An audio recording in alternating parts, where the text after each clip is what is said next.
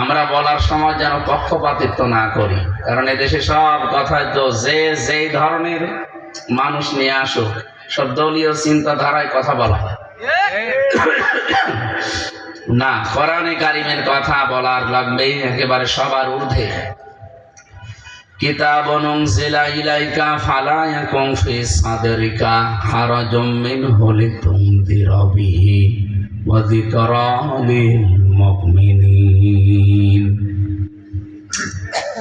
হে নবী, এই কিতাব আপনাকে আমি দিয়েছি, মানুষদেরকে যখন এই কিতাব হাতে নিয়ে সতর্ক করবেন, আপনার মনের ভেতরে যেন কোনো সংকীর্ণতা কাজ না করে। যিকরা লিল মুমিনিন, কোরআন মুমিনদের জন্য উপদেশ। এর থেকে কয়েকটা শিক্ষা বের হয়। এক নম্বরে হারাজনের ব্যাখ্যা আমি বেশি। আপনি যখন কোরআনে কারিম প্রচার করতে যাবেন তখন দেখবেন অনেক মানুষ আপনার বক্তব্য না বোঝার কারণে রাগ করতে পারে। এরকম মানুষ আছে। আল্লাহ যেটা বোঝাতে চায় আমরা যদি ওইভাবে উপস্থাপন করি, অনেক মানুষ মনে করতে পারে না এ যা তো বলে সবই আমার গায়ে লাগে, এ ছাতা চলে যাব, এসে ভুল করলাম। বলেন তো হামজা এসেছে, ও কি বানিয়ে কথা বলবে না? বাবার কথা বলবে না? হ্যাঁ, বহু হামজা এমন আছে যারা কথা বলতে গেলে ওয়াইন্না মিনহুম লাফারিকান ইয়ালবুনা আলসিনাতাহুম বিল কিতাবি লিতাহসাবুহু মিনাল কিতাবি ওয়া মা হুয়া মিনাল কিতাব ওয়া ইয়াকুলুনা হুয়া মিন ইনদিল্লাহি ওয়া মা হুয়া মিন ইনদিল্লাহ ওয়া ইয়াকুলুনা আলাল্লাহিল কাযিবা ওয়া হুম ইয়ালামুন। সূরা আলে ইমরান 3 নাম্বার পারার 19 নাম্বার পৃষ্ঠার প্রথম নাম্বার লাইনের 78 নাম্বার আয়াত। এটা তাফসীরে ফি জিলালিল কোরআনে আছে। আল্লাহ বলেন, তোমাদের ভেতরে অনেক মানুষ এমন আছে, এই মানুষগুলো যখন কথা বলতে যায় বক্তব্য বিবৃতি দেয় রং ঢং দিয়ে, ওলট পালট করে। লেসানের বহু বচন আলসিনা, এটার বাংলা অর্থ জহব্বা, ভাষা। জহব্বা ঘুরিয়ে, চোখ মুখ উল্টিয়ে, গলায় সুরের টান ঝংকার তুলে এমন ভাবে কথা বলে, এমনকি কথা ভাঙিয়ে ভাঙিয়েও কথা বলে, মনে হয় কথা খাচ্ছে কাওয়া কাকুর মতো, কথা চিবিয়ে খায়। এই কাওয়ার কথা শোনেনি? কথা মনে হচ্ছে চিবিয়ে খাচ্ছে। এই যে রং ঢং দিয়ে, সুর দিয়ে, এদিকে ওদিকে করে এমন এমন কথা বলা হয়, মনে হচ্ছে যে কিতাবের কথা, কোরআনের কথাই বলছে। মানুষ ধারণাও করে যে মনে হয় যে কিতাব থেকেই বলছে। আল্লাহ বলেন না এগুলো একটাও কোরআনের কথা না। তারা নিজেরা বলে এগুলো আল্লাহ নাজিল করেছে, অথচ এরকম কোন কথা আল্লাহ নাজিল করেনি। ওরা যে আল্লাহ সম্পর্কে যা বলে ওরা কিন্তু জানে যে আমরা মিথ্যা কথা বলছি। এরকম বক্তা দেশে নেই? আছে। হ্যাঁ, কথা বলছেন। আমি শিক্ষার জন্য শুধু একজনের নাম ধরে বললাম, এই যে তাহেরি সাহেব, ওকে আপনি নিয়ে আসবেন, সে ব্রাহ্মণবাড়িয়া থেকে ঝিনাইদহ, ও কোরআনের কথাই বলতে আসবে, কোরআনের আয়াত টান দেবে, কিন্তু যখন মাতৃভাষায় উপস্থাপন করবে কথাগুলো তখন নিয়ে চলে যাবে ওর বাবার দিকে। এই কোরআন শরীফের ভেতরে সূরা ফুরকানের 68 নাম্বার আয়াতে আছে, ওয়াল্লাযীনা লা ইয়াদউনা মা'আল্লাহি ইলাহান আখার। আল্লাহ পাক বলেন তারা আল্লাহর সাথে অন্য কাউকে ডাকে না। আপনি আল্লাহর জিকির করবেন সওয়াবের নিয়তে, কিন্তু আল্লাহর নামের সাথে অন্য কাউকে আপনি জুড়ে দিতে পারবেন না। অথচ ওনারা যে জিকির বানিয়েছে, বাংলাদেশের বহু দরবারে জিকির চলে, ইয়া আলী বাবা, কেল্লা বাবা, ফতে বাবা, এদিকে চলে না? বলেন তো আল্লাহর সাথে যে কেল্লা বাবা, ফতে বাবা, খাজা বাবা কোথায় পেয়েছেন আপনি? এগুলো সব বানানো। ঠিক। অথচ যে সুর দিয়ে যে তাল তোলে, নাচানাচি করে, এমনকি জহব্বা রং ঢং দিয়ে এমন কায়দায় ভাষাটা উপস্থাপন করে, অনেক সাধারণ মানুষ চার দোকানে বসে বসে মনে করে না জিকিরই হচ্ছে। ওকে আসলে জিকির না, ওটা ওদের দরবারের ফিকির। ওটা দরবার টিকিয়ে রাখার জন্য ওরা ব্যবসা বাণিজ্য করে খাবে, এই জন্য এটা বানিয়েছে। এই কথা বলছেন আমার? এটা আল্লাহ ১৫০০ বছর আগে জানিয়ে দিয়েছেন।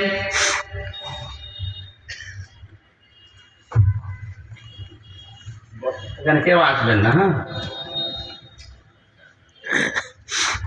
আল্লাহ রাব্বুল আলামিন বলেন, আমি আল্লাহর সাথে অন্য কাউকে জুড়ে দেওয়া যাবে না। যদি কেউ আল্লাহ আল্লাহ জিকির করার পাশাপাশি অন্য কাউকেও আমার সাথে ডাকে, তাহলে তার শাস্তি দেব ডবল। ইউদাআফ লাহুল আযাব। এই আয়াতের পরে আছে সূরা ফুরকান 69 নম্বর আয়াত। যারা আল্লাহর সাথে অন্য কাউকে আপনারা ডাকেন, আপনার শাস্তি কিন্তু ডবল হবে। এখন যদি বলেন যে ওনার মতো এত বড় আলেম এ জিকির করে, কিসের আলেম? ওটা তো আলেম নামে একটা জালেম। খালি নামের আগে মাওলানা লিখে থাকলে আলেম হয়ে যায়। তাহলে শয়তানে পৃথিবীর সবচাইতে বড় আলেম ছিল কি? ও ছিল মুআল্লিমুল মালায়েকা, ফেরেশতাদের শিক্ষক। কত বড় আলেম! আল্লাহর বিধান মতো কাজ যদি কেউ না করে, বানানো পদ্ধতি অবলম্বন করে, ওটা আল্লাহর কাছে বড় জালিম। আলেম কারা? কোরআনে কারীম জানিয়েছে, ওমান আযলামু মিম্মান কাতামা শাহাদাতান ইনদাহু মিনাল্লাহ। ওমান আযলাম ইসমে তাফসীলের সিগা এটা।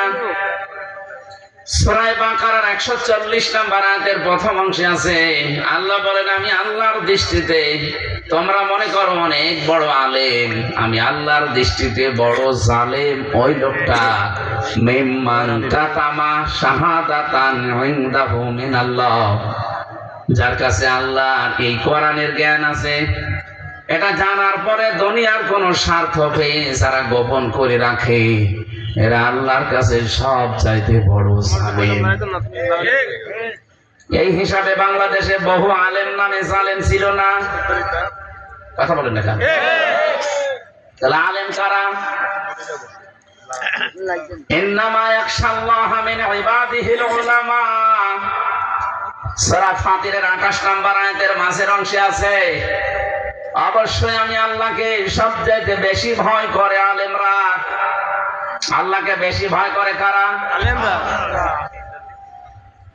সবচাইতে সম্মানিত মানুষ আল্লাহর কাছে আলেমরা। এই পৃথিবীর ময়দানে সবচাইতে বেশি ভয় আল্লাহকে করেছেন নবীরা। ইন্না আকরামাকুম ইনদাল্লাহি আতকাকুম। সূরা হুজুরাতের 13 নম্বর আয়াতের মাঝে আছে, অবশ্যই আমি আল্লাহর কাছে সবচাইতে বেশি দামি, সবচাইতে বড় ওই লোকটা যার ভেতরে আমি আল্লাহর ভয় বেশি। আল্লাহর কাছে বড় ওই লোকটা যে আল্লাহকে বেশি ভয় করে। আল্লাহকে বেশি ভয় করে তামাম দুনিয়ার ভেতরে যারা আলেম, তারা আলেম কারা? যারা জ্ঞানের উপরে কাজ করে, জ্ঞানের বাইরে গেলে সে কাজ করবে না, জ্ঞান অনুযায়ী যারা কাজ করে তারা আল্লাহর কাছে বড় আলেম। পৃথিবীতে জ্ঞানের উপরে সবচাইতে বেশি কাজ করেছে আমরা জানি নবীরা।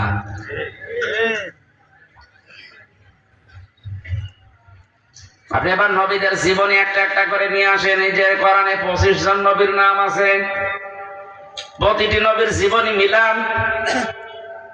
প্রত্যেকটা নবীর জীবনী আমি পড়ে দেখেছি। ইয়া হাসারাতান আলাল ইবাদি মা ইয়াতিহিম মির রাসূলিন ইল্লা কানু বিহি ইস্তাহজিউন।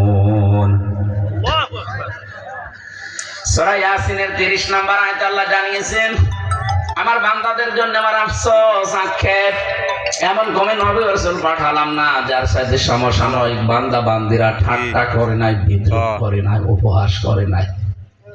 এই জন্যই করেছে কারণ নবীরা তাদের জ্ঞান সামনে কথা বলে না কেন আল্লাহকে জানাতে চেয়েছিল, ওইটা প্রচার করতো। ওনারা যদি ওইভাবে না করে নিজেদের মন মতো ওরা যা চাইতো ওইভাবে করতো, তাহলে খ্রিস্টানরা খুশি হতো, ইহুদিরা খুশি হতো, হাদিয়া তোফা বাড়িয়ে দিত।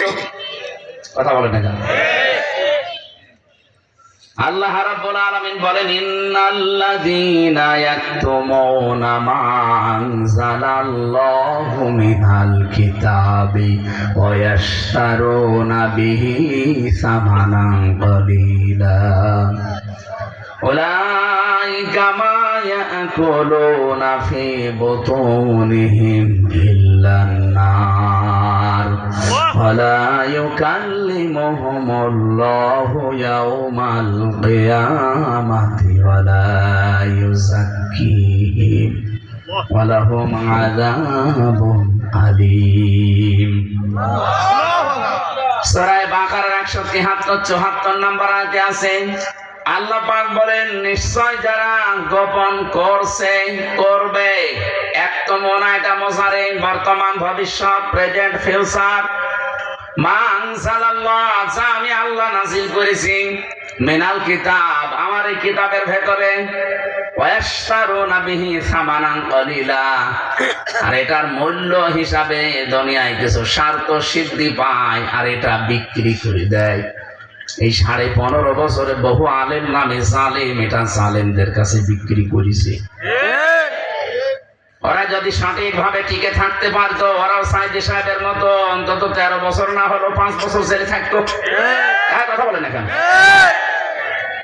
সে লোকটা জ্ঞানের উপরে আমল করতে গিয়ে যদি 13 বছর জেল খাটে, আমার মতো আলেম তো জ্ঞানের উপরে চলতে গিয়ে 5 বছরও থাকার কথা। এখন যদি বলেন না তার দোষ আছে, আপনার দোষ নেই। কি দোষ আছে তার? তার নাম পাল্টিয়ে বিচার করেছে। তার নাম ছিল দেলাওয়ার হোসাইন সাইদি, নাম দিয়েছে দেল্লো শিকদার। এটা শুধু এখনকার জামানা, আবহমান কাল থেকে এই নিয়ম নীতি চলে আসছে। আপনি দেখবেন মুসা নবীর নাম ইহুদিরা পাল্টিয়ে দিয়েছে জোসেফ, ওরা জোসেফ বলে ডাকে। আমি বাইরের রাষ্ট্রগুলোতে যখন ইহুদিদের সাথে মিলেছি, তখন ওই যে বাসে ট্রেনে চলাফেরা করতাম, ওই সময় দেখেছি ইহুদিরা মুসা নবীর নাম জোসেফ বলে ডাকে। বাইরের কত রাষ্ট্রে আমি খ্রিস্টানদের সাথেও মিশেছি, তারা হযরতে ঈসা নবীর নাম ঈসা বলে না, বলে যিশু। কথা বলেন কোন কারণে? মনে আছে যে আর কি করছে? একটা কথা বলবেন না, আবার কথা বলেন। মানুষের কোন কমন সেন্স আছে? কোন কারণে এখানে এসেছেন আপনি?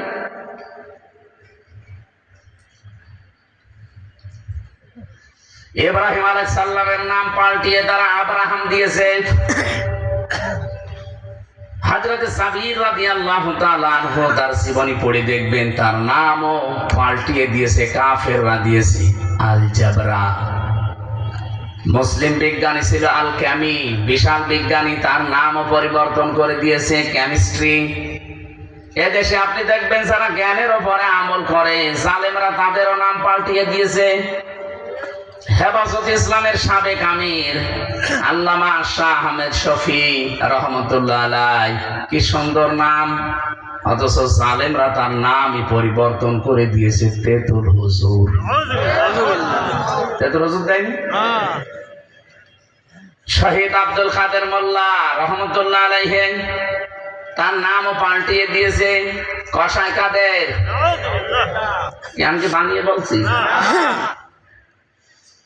এই দুনিয়ায় আমরা দেখলাম যারা সত্যিকারের জ্ঞানের উপরে আমল করতে চায় তাদের নাম জালেমরা আগে পাল্টিয়ে দেয়। আমার নামও পাল্টিয়ে দিয়েছে, পিসকে হুজুর বলে। আমার রিমান্ডে যখন নিয়ে যেত তাও বলে কই সে পিসকে হুজুর কই। তার মানে নামের পরিবর্তন করা এটা কাফেরদের স্বভাব। ওয়ালা তালমিসু আনফুসাকুম ওয়ালা তানাবাযু বিল আলকাব বিইসাল ইসমুল ফুসুক বাদাল ঈমান ওয়া মান লাম ইয়াতুব ফাউলাইকা হুমুজ যালিমুন।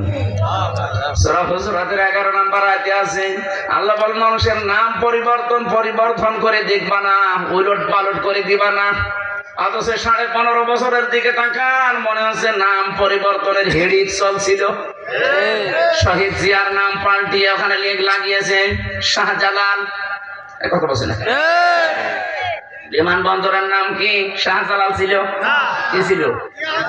আপনি কোন কারণে নাম পাল্টিয়ে দিলেন? আপনার ভেতরে এত হিংসা কেন? এদেশের বহু জিনিসের নাম আমরা পরিবর্তন করে দেখি, ওই জায়গাতে আর ওই জায়গার নাম নেই, পাল্টিয়ে সব বাবার নাম দেয়। কি হইল বাবার নাম দিয়ে? বিকাল 5টাও তো বাঁচতে দিল না, সব তো মাটির সাথে মিশিয়ে দিয়েছে। কেউ চোখ তুলে নিয়েছে, কেউ কান কেটে দিয়েছে। কি কথা বলেন এখানে? আমাদের কুষ্টিয়ার 5 রাস্তার মোড়ে যেটা ছিল, শয়তান ভাঙা যাচ্ছিল না, সেসব বেগুন এসে ভেঙেছে। জোর করে মানুষের মনে জায়গা পাওয়া যায় না। মানুষের মন জয় করার জন্য ব্যবহার ভালো করা লাগে, মানুষের কাছে যাওয়া লাগে। কিন্তু আজ আমরা বিশ্বে উল্টা পাল্টা দেখছি, অনেকে জোর করে অনেক কিছু আদায় করতে চাচ্ছেন, আপনি পারবেন না। কারণ মানুষের মন কাছের চাইতেও মারাত্মক, একবার যদি ভেঙে যায় জীবনও জোড়া লাগাতে পারবেন না। এই জন্য আগস্টের 5 তারিখের পরে অনেককে আমরা দেখতে পাচ্ছি জোর করে অনেক কিছু আদায় করতে চাচ্ছেন, আপনি পারবেন না।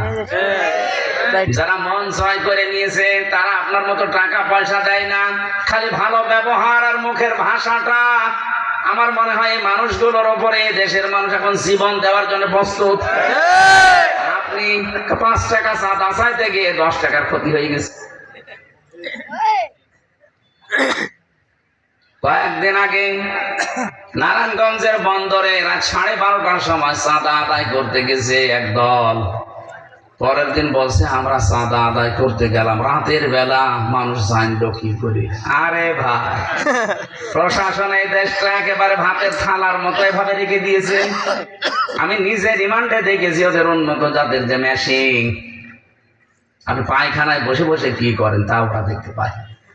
হ্যাঁ, এমন মেশিন ওদের কাছে আছে। আর বলছে আমি রাত 12:30টায় গেলাম চাঁদা চাইতে, কেউ তো ছিল না, জানলো কি করে প্রশাসন? ওরা নখদর্পণে রেখেছে এই দেশটা, শুধুমাত্র পর্যবেক্ষণ করছে কে কেমন কি কাজ করে, খালি দেখতেছি। এই জন্য আমরা নিজেদের জোর করে কারো মন আপনি পাবেন না। আর জোর করার অভ্যাস বাদ দিন। মানুষের মন যদি একবার কাঁচের গ্লাসের মতো ভেঙে যায় না, তখন দোয়া দরুদ পড়েও আর কাজ হবে না। এক কথা বোঝেন না? আমরা তো ঠিক বলেন, বোঝেন? এই জন্য আমরা চরিত্র যেন সংশোধন করে নিই। আমরা সবাই মুসলিম এই দেশে, ওই 14 দল বাদ দিয়ে আমরা যা আছি সব কি সবাই মুসলিম না? কম বেশি সবাই আমরা মুসলিম। ও আমার ভাইরা, যে কথা বলতে চাচ্ছিলাম, যেহেতু আলেম যারা নবীদের ওয়ারিস, তারা এই পৃথিবীতে এখন নবী আর নেই, আছে না? ইন্নামাল উলামা ওয়ারাসাতুল আমবিয়া, নবীজি বলেন আলেম যারা তারা আমার ওয়ারিস। আনা খাতামান নাবিয়্যিন আলা নাবিয়্যা বাদি, আমি শেষ নবী, আমার পরে কোন নবী রাসূল দুনিয়ায় আসবে না। এই কথার ভেতর একটা ইঙ্গিত আছে যে আমি শেষ নবী, আমার পরে কোন নবী রাসূল আসবে না। কথা বলছেন না? কি বুঝলেন এখান থেকে? একটা প্রশ্ন থেকে যায়। অথচ এর আগে যত নবী রাসূল আল্লাহ পাঠিয়েছে, প্রতিটি নবী রাসূলের পরেই দেখতাম একজন বিদায় নিলে কুল্লামা হালাকা নাবিয়্যুন খালাফাহু আখার, একজন চলে গেলে তার জায়গা আর একজন স্থলাভিষিক্ত হতো। এজন্য জাতির দায়িত্ব থাকতো নবীদের উপরে। বনি ইসরাইলের দিকে তাকান, এক নবী চলে গেলে সঙ্গে সঙ্গে ওই জায়গা পরিবর্তন করে আর একজন বসে পড়তো। তার মানে আর একজন নবী দায়িত্ব নিয়ে জাতির দায়িত্বে তারা থাকতো, কিন্তু নবীজির পরে যেহেতু আর নবী নেই, এখন বিশাল উম্মতের দায়িত্ব নেবে কে, সামাল দেবে কে? অন্যান্য জামানায় আমরা দেখতাম একটা এলাকার জন্য, গোত্রের জন্য, দেশের জন্য একটা নবী পাঠিয়েছে। একটা এলাকায় যদি 2 লাখ 5 লাখ 7 লাখ মানুষ বাস করে, তার জন্য একজন নবী যথেষ্ট হয়ে গেছে। কিন্তু আমাদের নবী ইন্তেকালের পরে তো শুধুমাত্র 1 দেশ 2 দেশ 3 দেশ না, তাম পৃথিবীতে যত মানুষ আছে সবার জন্য আমাদের নবী আল্লাহর রাসূল। বলিয়া আইয়ুহান নাসু ইন্নী রাসূলুল্লাহি ইলাইকুম জামিআ। আপনি বলেন আমি তামাম দুনিয়ায় সকলের জন্য আল্লাহর পক্ষ থেকে রসুল হিসাবে এসেছি।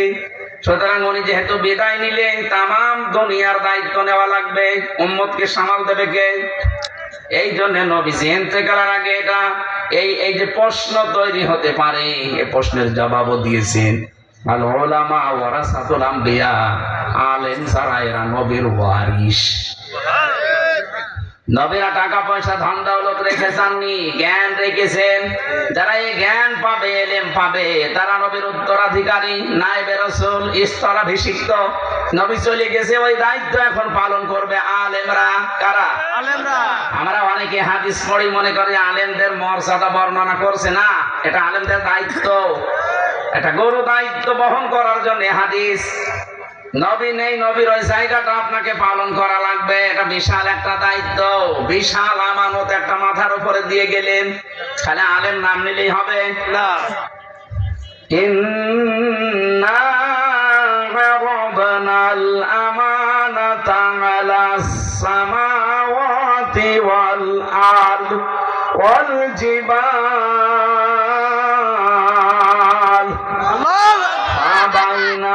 يحملنها واشفقن منها وحملها الإنسان। সূরা আহজাবের 72 নম্বর আয়াতে আছে, রব্বুল আলামিন বলেন, অবশ্যই আমার এই আমানতটা আমি আসমানে জমিনে পাহাড়ে দিতে চেয়েছিলাম, সবাই অস্বীকৃতি জানিয়েছে। সবাই বলেছে না, বিশাল আমানত আমরা পারলাম না। শেষে আমি মানুষের উপরে দিয়েছি। যেহেতু নবীজি মানুষ ছিলেন, নবীজির পরে এটার দায়িত্ব এই মানুষদের উপরে যারা আলেম। কোরআনের বিশাল আমানত বহন করা পাহাড় পারে না, আসমান পারে না, জমিন পারে না। আমরা আলেম যারা দাবি করি তারা বহন করে চলছি। আপনি কি বুঝতেছেন যে কত ভারের, এর ওজন কত? ইন্না সানুলকি আলাইকা কওলান সাকিলা। অবশ্যই আপনার উপর একটা ভারী কথা আমি আল্লাহ নাজিল করি, ভারী জিনিস আপনার উপরে দেই। নবীজি বলেন, ওহী নাজিল হওয়ার সময় দেখতাম ঘোড়ার উপরে, উটের উপরে বসে আছি, ঘোড়া মাটির ভেতরে, বালির ভেতরে দেবে যাচ্ছে। আমি ঘরমাক্ত হয়ে যেতাম এত শক্তিশালী মানুষ হওয়ার পর। কোরআনের বিশাল আমানত আমরা সত্যি যদি কেউ পালন করতে যায়, আমাদেরও ঘরমাক্ত হয়ে যাওয়ার কথা। কথা বলতেছে। অথচ হাজারো মানুষ এই দায়িত্বটার নাম নিয়ে কোরআন দিয়ে কথা বলতে আসে, কোরআনের সঠিক কথাগুলো তুলে ধরে না, নিয়ে বিনিয়ে এদিকে ওদিকে করি এমন কথা বলে, মনে হয় যে কোরআনে আছে, অথচ ওটা কোরআনের কথা না। ও কিন্তু জেনে শুনে বলে যে আসলে যেটা কোরআনের কথা না, তারপরেও নিজেদের পজিশন, ব্যবসা বাণিজ্য ঠিক রাখার জন্য এটা বলে। আমার তো আয়াতটা বাংলাদেশে মনে হয় বাংলাদেশ আর ভারতে 100 ভাগ মিলে যাচ্ছে। এই জন্য যারা আমরা বলতে আসি, আমাদের প্রথম দায়িত্ব এই, সঠিক কথা তুলে ধরলে অনেকের মন পাওয়া যাবে না, অনেকের মন খারাপ হবে। আল্লাহ পাক এই জন্য সূরা বাকারার 174 নম্বর আয়াতে এটা ঘোষণা দিয়েছেন, যেগুলো যদি অল্প মূল্যে বিক্রি করে দেয়, গোপন করে রাখে, তাহলে ইহুদিরা খুশি হবে, খ্রিস্টানরা খুশি হবে, মুশরিকরা খুশি হবে, সর্বোপরি বাংলাদেশের মুনাফিক মার্কা মুসলমানগুলো খুশি হবে। কেন? এগুলো গোপন করলে আপনার হাতিয়া তৌফা বেড়ে যাবে, নজর নিয়াজ বেড়ে যাবে, বেতন ভাতা বেড়ে যাবে। কিন্তু সাবধান, উলাইকা মা ইয়াকুলুনা ফি বুতুনিহিম ইল্লান নার। কোরআনের বিধানগুলো, আমার সত্যবাণীগুলো গোপন করে দেওয়ার মাঝখান থেকে যা পাবেন বাতিলের কাছ থেকে, আমি আল্লাহ বলছি এগুলো সব জাহান্নামের আগুন। আরো জোরে বলেন নাউজুবিল্লাহ। আল্লাহ যদি এতটুকু শেষ করে দিতেন আমি আয়াতটা পড়তাম না। এর পরবর্তী কথা আরো কঠিন। আল্লাহ বলেন কিয়ামতের দিন আমি ওদের সাথে কথা বলছি না, বলবো না। ওদেরকে পবিত্র করবো না, তার মানে জান্নাতে দেব না। কোন অপবিত্র মানুষ জান্নাতে যাবে? বলেন বলেন। এদের জন্য যন্ত্রণাদায়ক আযাব রেডি করা আছে। একটা পড়লে আমার কেমন যেন ভয় লাগে। হাজারো আলেম কিয়ামতের দিন, হাজারো পীর, হাজারো ইমাম খতিব ধরা খাবে, যারা সত্যকে সত্য জানার পরেও এই 53 বছর আপনি বলেননি। আপনি মনে করছেন এত বড় দাঁড়িয়ে আমার আমি ধরা খাবো মানে? আরে ভাই, আপনার চাইতে দাঁড়ি বড় ছিল আব্দুল্লাহ বিন উবাইয়ের। কি কথা বলেন? প্রশ্ন আসতে পারে তাহলে আমার কিছু হয় না কেন? হয় না কেন তার কারণ আছে। এই পৃথিবীতে সবচাইতে অবাধ্য যারা, আপনি তাদের জীবনী পড়বেন। আমি ফেরাউনের জীবনী পড়ে দেখেছি। এদিকে তাকান। ফেরাউন যা করেছে আল্লাহ সঙ্গে সঙ্গে ওকে ধ্বংস করে দিতে পারতেন, কিন্তু করেননি কয়েকটা কারণে। এক নম্বরে কারণ ছিল ফেরাউন দিনের বেলা চাই করুক, জনগণের সামনে চাই বলুক আনা রব্বুকুমুল আ'লা, আমি তোমাদের বড় রব, কিন্তু রাতের বেলা গভীর রজনীতে ঘুমিয়ে পড়তো সবাই। ঘোড়ার পিঠে করে যায় নামাজ নিয়ে, পাগড়ি মাথায় দিয়ে ঘোড়ার পিঠে চলে যেত বহু দূরে পাহাড়ের পাদদেশে, সেজদায় পড়ে অঝোর নয়নে কাঁদতো। ডাক দিয়ে বলতো, মাবুদ তুমি একজন আছো আমি জানি, তুমি যে আসল রব আমি জানি, আমি যে কয় নাম্বার আমি তাও জানি, কিন্তু মানুষ আমাকে রব বললে আমার খুব ভালো লাগে। এটার আমি দাবি যখন করি ফেলেছি, তুমি আমারে দুনিয়া দিয়ে দাও। এরকম ফেরাউনের মতো বহু মানুষ এই দেশে আছে। লেডি ফেরাউনটা মনে হয় এরকমই ছিল। কথা বলে না কেন? দিনের বেলা চাই করতো করতো শক্ত শক্ত, রাতের বেলা মনে হয় কিছু করতো। এই জন্য আল্লাহ ধ্বংস করে না একবারে।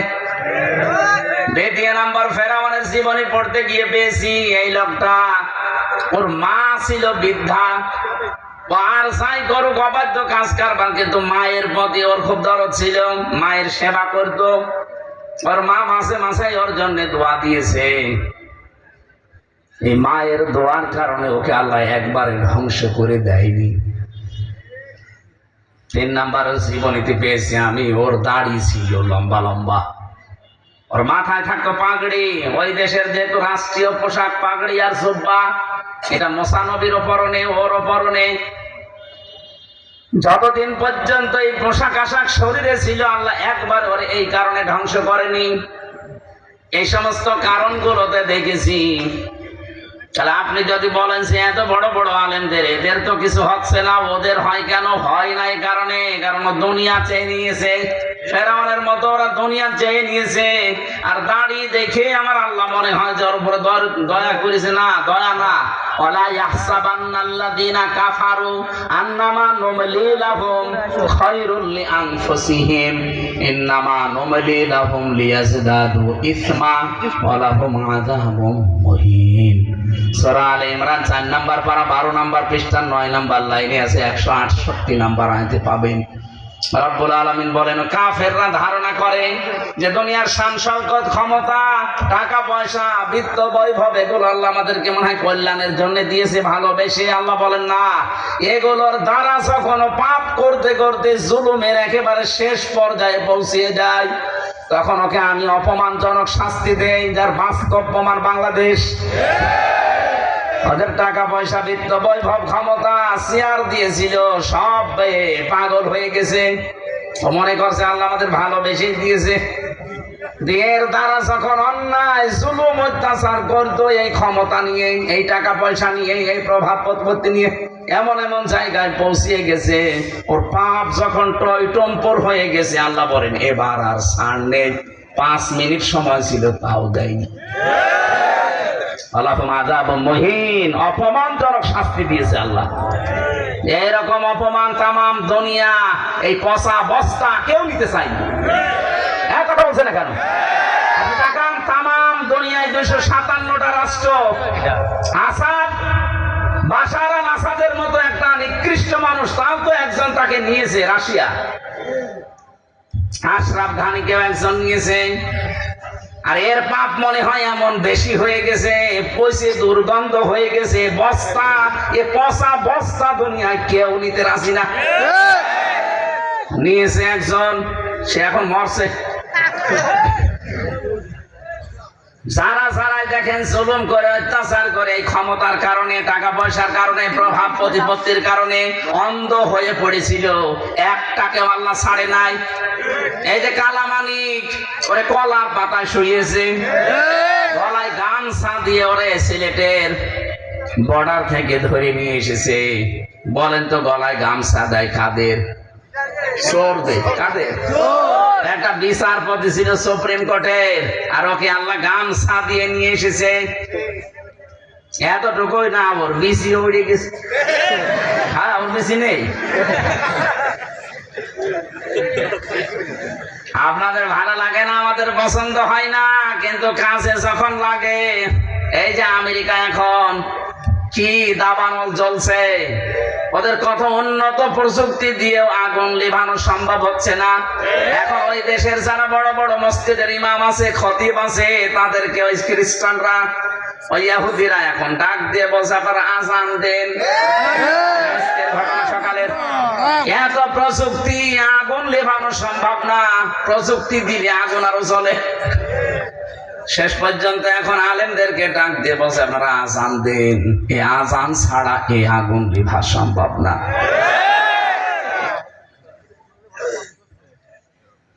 আমি যেটা বোঝাতে চাচ্ছিলাম এই জায়গা থেকে ভালো করে খেয়াল করেন। তাহলে কোরআন দিয়ে আমরা যেটা বোঝাতে চাবো, অনেক মানুষ আছে এমন না বুঝে আন্দাজে মন খারাপ করতে পারে। এটা 53.5 বছর বেশি করেছে, এখনো অনেকে করে। কথা বলছেন এখন মাওলানা মিজানুর রহমান আজহারী একটা ইঙ্গিত দিল যে একদল খেয়েছে আর একদল খাওয়ার জন্য মনে হয় রেডি হয়ে আছে। আপনাকে বলেছে 48টা নিবন্ধিত দল আছে এই দেশে যারা নির্বাচন করতে পারবে, একটা দল তো কিছু বললো না। আপনার গায়ে লাগবে কেন?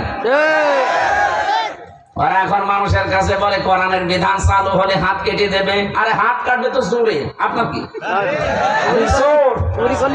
বলেন চোর যারা তাদের হাত কাটা হবে, আপনি তো চোর না, আপনার ভয় করে কেন?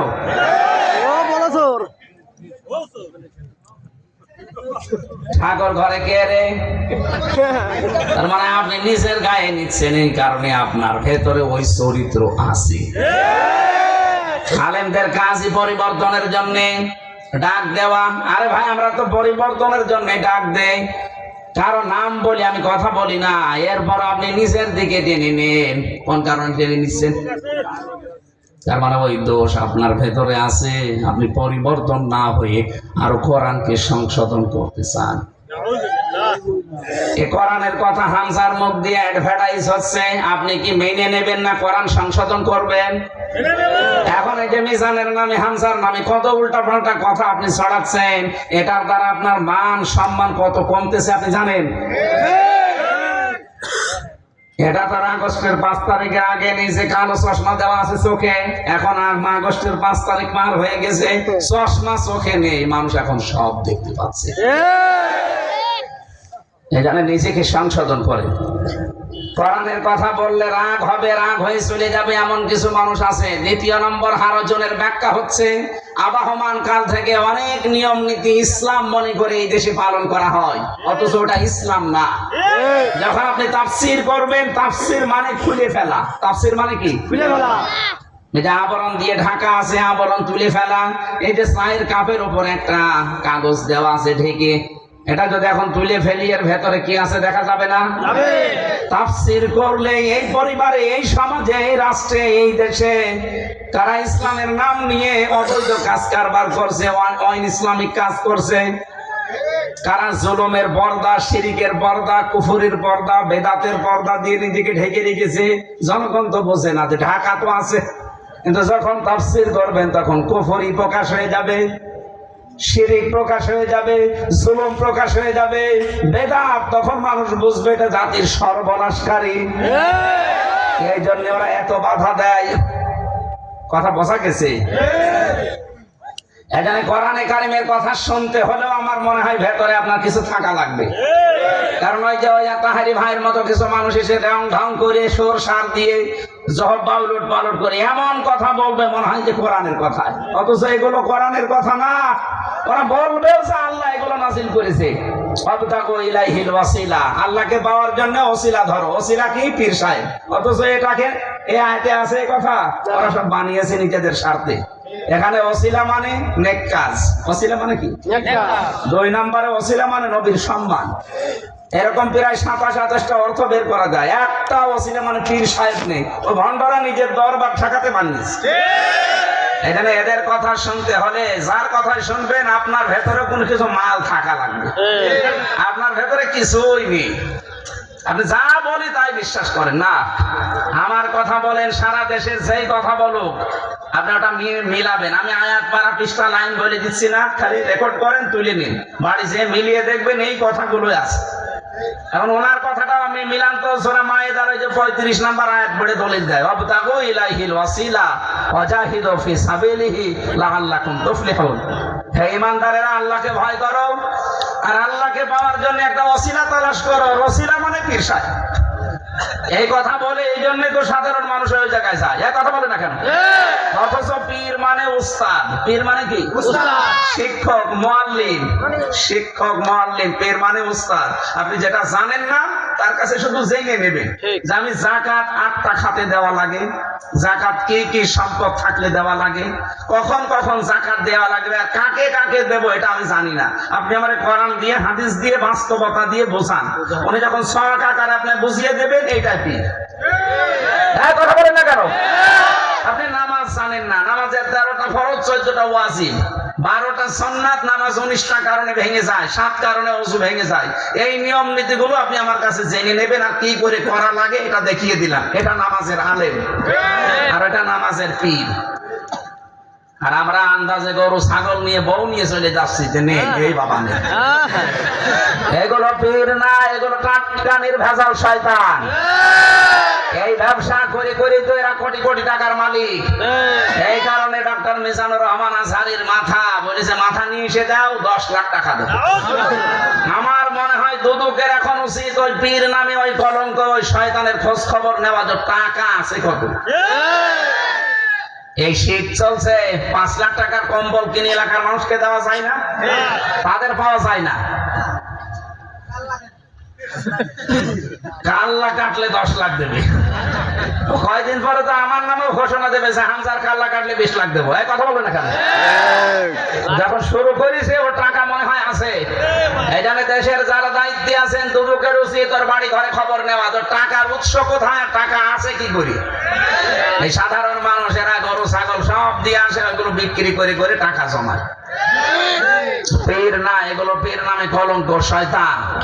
যারা বানানো ইসলাম পালন করে, কোরআনের কথা বললে, বিশেষ করে তাফসীর করলে একটাও টিকবে না। তখন ওই মানুষগুলো আপনার নজর নিয়ে হাদিয়া তওফা বন্ধ করবে আর বলবে এগুলো পীর বিরোধী।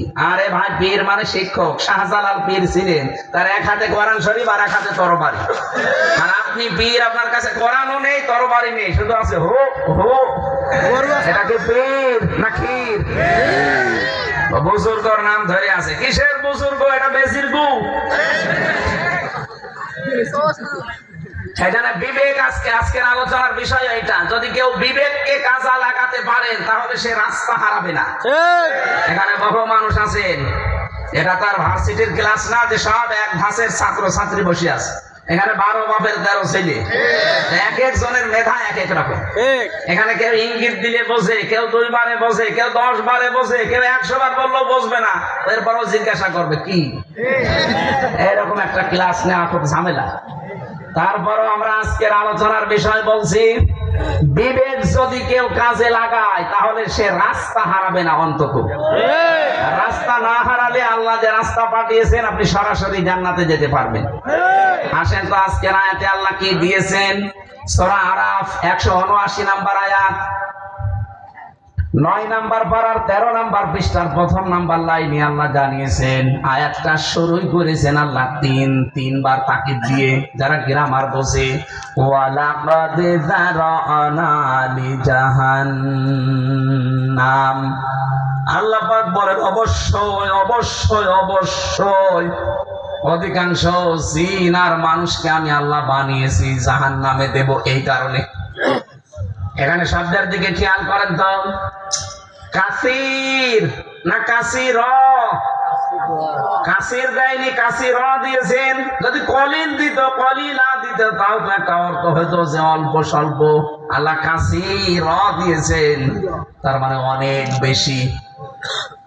অধিকাংশ মানুষ আর জিন জাহান্নামে যাবে, এতটুকু বললেও তো হয়ে যেত। আল্লাহ কেন তাকিদ দিলেন?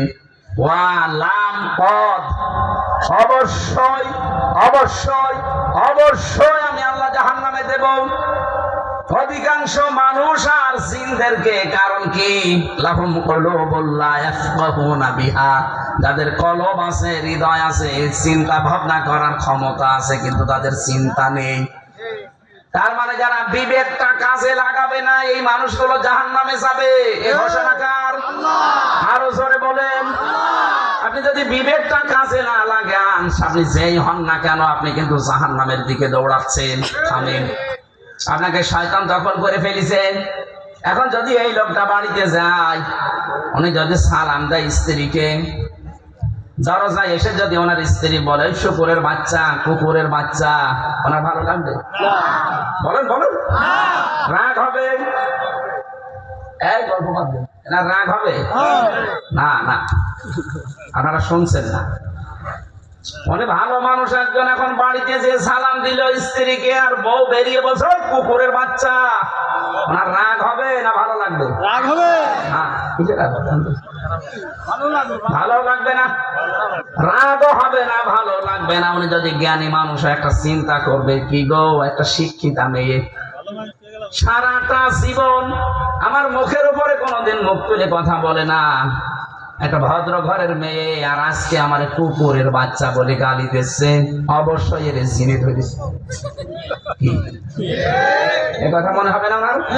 জ্ঞানী মানুষ হয় এই কথা মনে করবে, যারা জিনে ধরেছে, ওরা ভূতে ধরেছে। আপনি যখন দেখবেন আপনার বিবেকটা আছে কিন্তু কাজে লাগছে না, আপনি দেখার পরও না দেখার ভান করে থাকেন।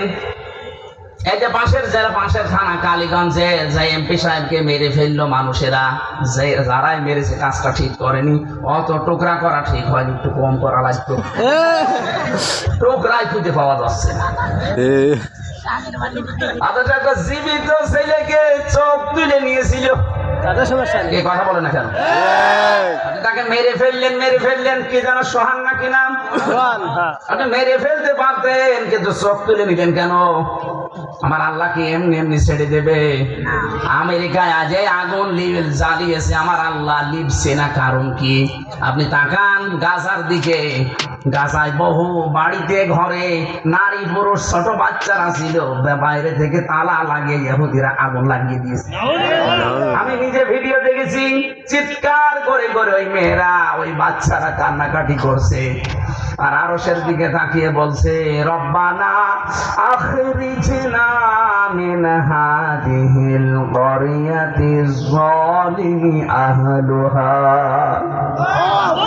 ওয়াজআল লানা মিন লাদুনকা ওয়ালিয়্যা ওয়াজআল লানা মিন লাদুনকা নাসীরা। আমি নিজে দেখেছি, ছোট্ট মানুষ, ও নিজে বলতেছে আমি কিন্তু আল্লাহর কাছে সব বলে দেব। আমার মনে হয় আল্লাহকে সব বলেই দিয়েছে। চারিদিকে আগুন জ্বলছে, ঘরে তালা লাগিয়ে ইহুদির বাচ্চারা, এই পৃথিবীর অভিশপ্ত জাতি ইহুদিরা, ঘরে তালা লাগিয়ে, বৃদ্ধ মানুষ আছে, যুবতী মেয়ে আছে, বউ আছে, ছেলে আছে, বাচ্চারা আছে, তালা লাগিয়ে আগুন লাগিয়ে দিয়েছে। চিৎকার করে করে জীবিত মানুষ পড়তেছে আর কান্নাকাটি করছে। ওই শব্দটা আরো সে চলে গেছে। এই কারণে আমেরিকার আগুন এখন কোন যন্ত্রপাতি দিয়ে আর লিখছে না, এখন বলছে আজান দাও। মেয়ে ছেলেটার মা কি বলেছিল আপনি দেখেছেন যে আপনি আমার ছেলেকে মেরে ফেলেন, চোখ তুলে দিলেন কেন? যে দুনিয়াতে আমি কাউকে বলবো না, আমি আল্লাহর কাছে আরো সে বিচার দিয়ে দিলাম। আল্লাহ পাক মনে হচ্ছে তার মায়ের কথাটা শুনেই ফেলেছে। আপনি তো শুধু চোখ তুলেছিলেন, আপনার এমন কোন জায়গা নেই যে তারা তোলা হয়নি। গোয়েন্দা বিভাগের রিপোর্ট দিয়েছে যে তার লজ্জা স্থান নাকি কয়েক টুকরা করে ফেলেছে। আপনি তো তার শুধু চোখ তুলেছিলেন, আপনার কি কিছুই নেই। জানাজা পড়ানোর জন্য এক টুকরা মাংস খুঁজে পাওয়া যাচ্ছে না। দুনিয়াতে যেটা করছে, আপনার বিবেকটা কোন জায়গায় গিয়েছিল এই দৃশ্যটা দেখার পরে? ওই সময় সারা দুনিয়ার কঠিন হৃদয়ের মানুষও কান্নাকাটি করেছে, অথচ অনেক শয়তান বলেছে না, চোখ তুলে নিয়েছে, ভালোই হয়েছে। যে যা করবে দুনিয়ায় ওইটা কিন্তু আল্লাহ পুরাটা উল্টিয়ে আপনার জীবনে দেখাবে। আমাদের আদালতে যখন তুলতো আমরা দেখেছি মাথায় দড়ি দিয়ে, পেছনে হ্যান্ডকাপ বেঁধে, এই কালো টুপি পরিয়ে দিত,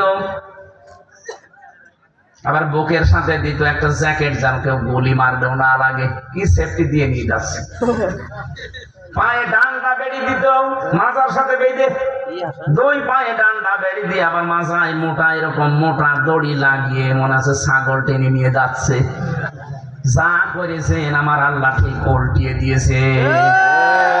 ওই শয়তানে আমি নিজে দেখেছি, সালমান এফ রহমান এই শয়তানটা, এই দরবেশ ওই আদালতে দাঁড়িয়ে আলেমদেরকে এভাবে, আমাকে মাওলানা মামুনুল হককে, মাওলানা রফিকুল ইসলাম খানকে যখন নিয়ে যেত আদালত চত্বরে, ওই শয়তান ও জজের রুমে, ম্যাজিস্ট্রেটের রুমে বসে বসে গল্প করত। আর যখন আমাদের ঢোকাতো, ও টিপ্পনি কাট ঠিকই আছে। এখন আপনাদের নিয়ে যাচ্ছে, এখন আমরাও কাটি। কথা বলছেন এখানে? যা করেছেন ঠিকই আছে। আমরা তো আপনার মতো টাকা মারিং কাটিং করি নাই। আপনি তো ৩৬,০০০ কোটি টাকা মারিং কাটিং করলেন। আপনার তো হাত না, আপনার মনে হয় সবই কেটে ফেলা দরকার। ১০ টাকার বেশি চুরি করলে যদি হাত কেটে দেওয়া লাগে, ও ৩৬,০০০ কোটি টাকা ৭টা ব্যাংক থেকে চুরি করেছে। ওর কি কাটা লাগবে বলেন তো? সব কেটে ফেলা লাগবে, ওর কিছু না রাখার দরকার। এই চোর যারা বড় বড়, তারা নাই বলতে পারে কোরআনের বিধানে দেশে আসলে হাত কেটে দেবে। তা আপনার কোন সমস্যা? আপনি কি চোর? বিবেকটা কাজে লাগাবেন। অন্যায় দেখলে বলা লাগবে যেটা অন্যায়, ন্যায় দেখলে বলা লাগবে এটা ন্যায়। সে যাই হোক, স্বাধীন হয়েছে দেশটা, ২,৭৩২ জন মানুষ জীবন দিয়েছে, ২৭৮০ জন মানুষ বিভিন্ন অঙ্গ প্রত্যঙ্গ হারিয়েছে, ৩৪,০০০ মানুষ বিকলাঙ্গ হয়ে গেছে। এমনি এমনি স্বাধীন হয়েছে? এখনো পর্যন্ত অনেকে সালেমের সাফাই গাইছে না, কি হয়েছে যে বউর পালানো লাগলো। আর শয়তান, বউ কি করেছে আপনি জানেন? আয়না ঘর বানিয়েছে। কি কষ্ট দিত আলেমদের ওই জায়গায় নিয়ে। কেউ ২ বছর, ৫ বছর, ৭ বছর, ১২ বছর, ১৪ বছর পড়ে আছে দুনিয়ায়, কেউ জানেই না। পায়ের ভেতর দিয়ে হাত দিত, পায়ের ভেতর দিয়ে ভাবে দিয়ে, সামনে ব্যারিকেড আছে, ওর সাথে হাত লাগিয়ে তালা লাগিয়ে দিত। টের পাচ্ছেন? আপনি ঘুমিয়ে থাকবেন, পায়ের সাথে চেন লাগানো, পা শাঁট করতে পারবেন না। মাওলানা মুফতি ফখরুল ইসলাম আমার সাথে ছিল, ফাঁসির ওই গন্ডের সেলের ভেতরে 3টা বছর আমার সাথে ছিল। মাঝে মাঝে দেখতাম, এমনিতে তো এইদিকে 3 হাত, এদিকে 2.5 হাত, এতটুকু ঘর, এখন 60 হয়ে পড়ে আছে। আরে ভাই, আপনি এরকম করে সব হাত পা ছেড়ে দিয়ে থাকেন কেন? বলছে, হামজা তোমার সাথে কি হয়েছে আমি জানি না, তবে আমার নিয়ে এইভাবে করে চেন দিয়ে আটকে রাখ, 24 ঘন্টা আমি তালা লাগান। 1.5-2 মিনিট সময় দিত টয়লেট করার জন্য। পচা ছোলা দিত কয়েকটা, 1 মুঠ মতো সকালে, আর দুপুরে 1 মুঠ খাবার দিত, মনে হচ্ছে কেউ মাখিয়ে দিস। এই যে শুয়ে থাকা, এটা যে কত বড় নিয়ামত আমি এখন টের পাচ্ছি। আমার মনে হয় জেলখানায় আমার খাবার যদি নাও দেয়, শুধু আমি শুয়ে থাকবো, এটাই আমার শান্তি। আর আপনি বলেন যে জালেম কি করেছে? আপনার সাথে তো করেনি। আমার 3টা বছরের জীবন শেষ করে ফেলেছে। আমি এখন স্বাভাবিকও না, আমার পিঠের নিজেরা এখনো পর্যন্ত ব্যথা, বসে থাকতে পারে না। কত রোগ হয়ে গেছে, জীবনে ডায়াবেটিসের নামই শুনি নাই আমার বংশে, অথচ এখন আমার ডায়াবেটিস 27, আজকেও সকালে মাপলাম 19। শেষ করে দিয়েছে জালেমরা, আর ওরা এখনো জালেমের সাফাই গায় যে কি হয়েছে যে পালিয়ে চলে যাওয়া লাগলো। পালিয়ে যাওয়া লাগতো না, আর 5 মিনিট থাকলে ভর্তা হয়ে যেত। গত কয়েকদিন আগে আমি যাচ্ছিলাম ওই যে মৌলভী বাজার, সময় যেহেতু নেই এই জন্য ওরা হেলিকপ্টার পাঠিয়েছে। যাওয়ার সময় নারায়ণগঞ্জ পার হওয়ার সময় আমারে ড্রাইভার পাইলট সাহেব বলছে যে পাশে যে হুক আছে এই দরজার হুক লাগান। হুজুর ওখানে চাপ দিয়েন না। কেন? খুলে পড়ে যাবে। মনে মনে ভাবছিলাম আল্লাহ, ওরা যে 2 বোন পালিয়ে গেল, একটু যদি খুলে দিত আর যদি আমার সামনে পড়তো ওরা একেবারে জীবনের মতো শিক্ষা দিয়ে দিত।